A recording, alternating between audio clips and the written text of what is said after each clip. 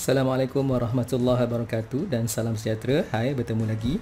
Nama saya Sabri Husin dan kali ini dalam video ini kita akan membahaskan satu topik berkenaan dengan kerja dari rumah sebagai jurujual online. Kalau anda masih belum pernah tahu apakah dia jurujual online dan bagaimana untuk menyertai dan menjadi seorang jurujual online, ikuti video perkongsian ini dari mula sampai habis. Buat pertama kali dalam sejarah, kita di Malaysia perlu duduk di rumah untuk satu tempoh masa yang agak lama. Mereka yang bekerja diberikan cuti kecuali individu yang bekerja dalam bidang yang dikategorikan sebagai essential service. Mereka yang berniaga tak dibenarkan untuk berniaga, kilang-kilang diarahkan tutup, sekolah tak dibenarkan untuk beroperasi dan banyak aktiviti ekonomi perlu dihentikan disebabkan oleh perintah kerajaan untuk rakyatnya duduk di rumah sahaja. Semua ini dilakukan bagi mengelakkan virus COVID-19 merebak dan menular dengan kadar yang lebih teruk. Di sepanjang Perintah Kawalan Pergerakan atau singkatannya PKP ini dijalankan, kita boleh lihat macam-macam reaksi daripada larangan ini. Bagi mereka yang mempunyai pendapatan tetap, mereka ini tak perlu risau tentang duit. Kerja tak kerja, gaji tetap jalan macam biasa. Cuma bila duduk di rumah tak buat apa-apa, jadi bosan pula. Kemudian ada pula kelompok masyarakat yang dibayar berdasarkan gaji harian. Kalau kerja baru ada gaji. Masalahnya sepanjang PKP ini banyak kilang, restoran dan perniagaan yang tak dibenarkan untuk beroperasi. Maka mereka ini adalah antara yang terjejas teruk disebabkan oleh perintah kerajaan untuk mengadakan PKP. Baiklah, sebenarnya saya menerima banyak pertanyaan berkaitan dengan peluang-peluang untuk bekerja dari rumah. Ada soalan yang diajukan kepada saya, ditanya oleh mereka yang dah mula rasa kekok untuk sambung bekerja di pejabat setelah PKP tamat nanti. Boleh jadi mereka mula rasa seronok luangkan masa di rumah bersama dengan anak-anak. Masa yang ada dapat digunakan dengan sebaiknya untuk melihat perkembangan anak-anak. Boleh ada masa lebih untuk mengemas rumah, masak dan buat sebarang aktiviti yang sebelum ni nampak mustahil untuk dilakukan. Maklumlah kalau dulu sewaktu belum ada COVID-19, selepas subuh dah kena keluar rumah.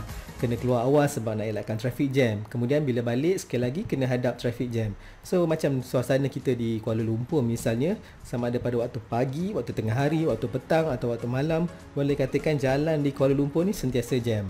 Kalau nak masak dekat rumah tu memang tak sempat. Nak tak nak kena makan dekat luar. Sekarang ni bila situasi dah berubah dengan adanya new normal, kita mula ada masa untuk keluar shopping barang keperluan dapur. Kita boleh masak sendiri, siap boleh cuba pelbagai jenis resepi yang sebelum ni kita cuma sempat share dan save sahaja di media sosial. So keadaan pastinya lebih menyeronokkan berbanding rutin harian kerja di pejabat. Walaupun begitu, nak tak nak kita kena berpijak di bumi nyata. Satu hari nanti kita perlu kembali kepada rutin harian. Kita perlu kembali kerja pejabat dan kerja macam biasa. Jadi sementara Perintah Kawalan Pergerakan masih dijalankan, so walaupun kelonggaran telah mula diberikan secara berperingkat dan syarikat tempat kita bekerja masih lagi bayar gaji, namun kita perlu sedar satu hakikat, satu hari nanti keadaan akan kembali normal seperti sedia kala. Ataupun jika berlaku sesuatu yang tak diingini, syarikat tempat kita bekerja terpaksa tutup operasi kerana sudah tak mampu untuk menggajikan pekerja. Maksudnya jika ketika ini kita terpaksa duduk rumah dan pada masa yang sama kita sudah mula mencari alternatif untuk dapatkan pendapatan tambahan tanpa perlu kembali ke pejabat, dan mungkin sampai satu tahap kita dah tak kisah kalau terpaksa berhenti kerja sekalipun. Saya ingin ucapkan tahniah kepada golongan seperti ini. Saya anggap anda adalah individu yang suka bersiap sedia dengan segala kemungkinan yang mungkin akan berlaku. So, sama ada akan berlaku perkara yang baik atau sebaliknya, kita mengharapkan yang terbaik. Namun pada masa yang sama, kita bersiap sedia untuk hadapi segala kemungkinan buruk yang boleh berlaku. Dan pada pandangan saya, selagi mana dunia masih belum menemui vaksin atau penawar bagi penyakit COVID-19, selagi itu keadaan di luar sana masih belum betul-betul selamat. Kita boleh amalkan penjarakan sosial, sentiasa memakai topeng muka, siap sedia dengan hand sanitizer dan bawa hand sanitizer ke mana-mana kita pergi. Namun ini masih belum menjamin bahawa kita akan selamat dari virus ini. Setakat ini saya percaya tempat yang paling selamat adalah dalam rumah kita sendiri. Melainkan kalau dalam rumah kita tu dah pernah ada ahli keluarga yang pernah kena COVID, maka itu cerita yang berbeza. Berbalik kepada topik asal, ada atau tidak sebenarnya peluang untuk bekerja dari rumah? Jawapannya sudah semestinya ada. tapi anda mungkin tak berapa suka dengan jawapan saya. Kalau tak suka sekalipun, saya tak boleh nak buat apa-apa. Saya hanya mampu untuk berikan cadangan berdasarkan kepada apa yang saya sendiri lakukan. Orang kata biar cakap serupa bikin, bikin serupa cakap. Daripada cakap je pandai tapi dia sendiri tak mampu nak laksanakan. Sebenarnya saya juga seperti anda. Sebelum ni saya sering mencari-cari peluang untuk buat duit dengan hanya bekerja dari rumah. Masa tu saya memang dah mula rasa meluat dengan environment kerja dan mula hilang fokus untuk bekerja untuk majikan tempat saya bekerja tu. Saya perhatikan setiap hari akan ada satu perkara yang akan membuatkan bos saya ni datang kerja je mesti nak marah-marah. Kadang-kadang saya rasakan perkara tu perkara kecil, tapi perkara kecil itulah yang buat dia nak marah. Mungkin sebab perkara tersebut bukan masalah saya, sebaliknya sebab ia masalah bos saya. Jadi setiap isu tu saya rasakan seperti ianya remeh, namun bagi bos saya itu adalah satu benda yang besar. Well, maybe itulah dia benefit sebagai seorang bos. Mereka ni boleh marah sesuka hati dan boleh menyuarakan apa yang tak kena pada diri dia sendirilah. Okey, pada waktu ini saya memang dah berhenti kerja. Saya tak bekerja dengan sesiapa. Saya dah tak ada bos. Saya bekerja sendiri. Dan pada masa ini juga saya sudah tidak lagi mencari peluang kerja dari rumah. Sebabnya saya dah pun temui peluang kerja tersebut, dan sekarang ni saya perlu usahakan kerja tersebut dengan sehabis baik. Orang kata fokus sahaja apa yang sudah ada dalam tangan. Baik, kerja yang saya maksudkan ni adalah kerja dalam bidang jualan sebagai jurujual di internet. Kerja dia lebih kurang sama macam salesman dekat luar sana. Cuma dalam situasi saya ni, saya hanya cari pelanggan melalui internet. Okey, mungkin ada timbul satu persoalan. Kerja yang saya cerita ni kena buat sales ke? Jawapannya memang kena buat sales. Kalau anda tak minat buat sales, saya pun tak tahu macam mana nak bantu anda. Lagipun kalau dah awal-awal lagi saya kata kerja part time sebagai jurujual online, sudah tentulah kena buat sales, kena buat jualan. Pendapatan kita adalah bergantung kepada berapa banyak jualan yang kita mampu hasilkan. Sebenarnya saya faham ramai yang tak suka dengan kerjaya sebagai seorang jurujual. Sama ada mereka ni rasa malu ataupun rasa macam kerja ni tak ada standard, atau mungkin ada alasan lain yang saya sendiri tak berapa tahu apa alasan tersebut.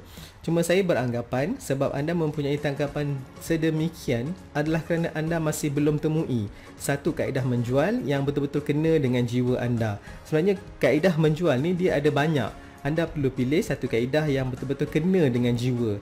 Barulah anda tak rasa terbeban ataupun rasa malu untuk membuat jualan. So pada saya sendiri, saya rasa Alhamdulillah setelah saya cuba beberapa kaedah, saya rasakan saya lebih selesa membuat jualan dengan cara menulis artikel di blog.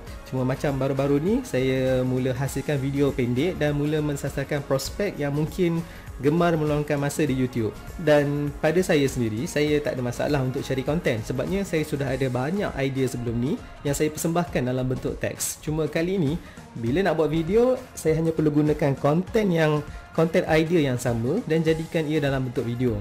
Bila saya buat macam ni, sebenarnya saya langsung tak rasa seperti buat jualan. Saya hanya perlu enjoy dengan kerja-kerja penulisan dan kerja-kerja membuat rakaman video. Jika ada masa, saya akan buat video. Kalau saya rasa pada waktu tu saya tak ada mood nak buat video, saya akan fokus kepada menulis sahaja. Walaupun kerja ni saya buat secara santai, secara sambilan, tapi ia masih lagi mampu untuk hasilkan jualan. Dan seperti yang anda boleh lihat, screenshot ini adalah antara jualan yang pernah saya hasilkan. Okey, jumlah yang saya highlight dengan warna kuning tu sebenarnya adalah jumlah komisen yang saya perolehi. Okey, sebenarnya ada banyak lagi komisen yang saya hasilkan, tapi kalau nak ambil semua nanti jadi terlalu panjang. So komisen yang terhasil adalah seperti yang anda boleh lihat kat sini, ada RM55, ada RM3.18, ada RM1.22, ada RM3.20, ada RM19.20 dan jumlah keseluruhan dia adalah RM82.20 dan ianya terhasil secara automatik untuk 2 hari. Macam saya kata, komisen ni terhasil dengan sendirinya. Saya pun tak kenal siapa sebenarnya yang beli produk yang saya promosikan ni. Mereka semua ni adalah terdiri daripada pembaca dan juga pelawat blog saya. So komisen, dan untuk makluman anda, komisen ni semua terhasil daripada program affiliate Lazada. So macam pada satu-satu masa mereka pernah klik pada link affiliate saya. Kemudian apabila mereka membuat pembelian, saya menerima komisen secara automatik. Harga produk masih lagi harga yang sama. Apabila pembaca blog saya ataupun penonton video yang saya pernah hasilkan menekan klik pada link affiliate lalu membuat pembelian, mereka tidak dikenakan sebarang charge tambahan. Sebaliknya, Mereka hanya membayar harga yang tertera pada laman web Lazada itu sahaja, dan komisen saya adalah dibayar oleh Lazada. Cara yang saya gunakan untuk jana pendapatan secara online adalah dengan cara menulis di laman web dan menulis di laman blog. So pada awal-awal dulu saya buat benda ni secara part time saja. Masa tu saya masih lagi bekerja dengan majikan. Bila ada masa lapang, saya akan menulis di blog dan saya akan menulis di Facebook. Cuma saya perlu pastikan dalam setiap penulisan yang saya hasilkan, saya masukkan juga link-link affiliate yang mempromosikan produk-produk tertentu. So setelah satu tempoh masa, saya merasakan kerja ini boleh menghasilkan pendapatan. Barulah saya buat keputusan untuk buat benda ni secara full time. Seperti yang saya beritahu sebelum ni, kaedah yang saya gunakan adalah penulisan sahaja. So kalau misal anda tak pernah cuba cara ini, boleh cuba dan lihatlah sendiri bagaimana hasilnya. Sekiranya anda mahu ikuti langkah yang saya sendiri gunakan, bolehlah mula menjadi penulis pada hari ini. Mulakan menulis, tulis apa-apa sahaja, tulis apa-apa topik. Yang penting anda perlu mula dan anda perlu jatuh cinta kepada bidang penulisan.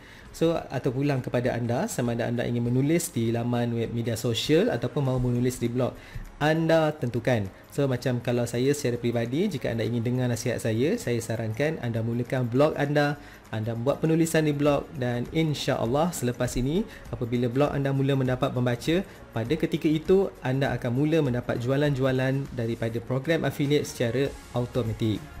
Itu saja perkongsian saya pada kali ini. Saya ingin ucapkan ribuan terima kasih kepada anda yang menonton video ini dari mula sampai habis. Jika anda ada sebarang soalan, boleh tanyakan di bahagian komen dekat bawah, dan insya-Allah saya akan respon kepada pertanyaan anda. Dan jika ada masa, ada rezeki, ada kesempatan, saya akan buat video lain yang akan menjawab persoalan-persoalan tersebut. Sekian dulu dari saya. Assalamualaikum warahmatullahi wabarakatuh, dan semoga perkongsian ini beri manfaat kepada anda. Kalau tak dapat banyak manfaat, sedikit manfaat pun jadilah. Bye.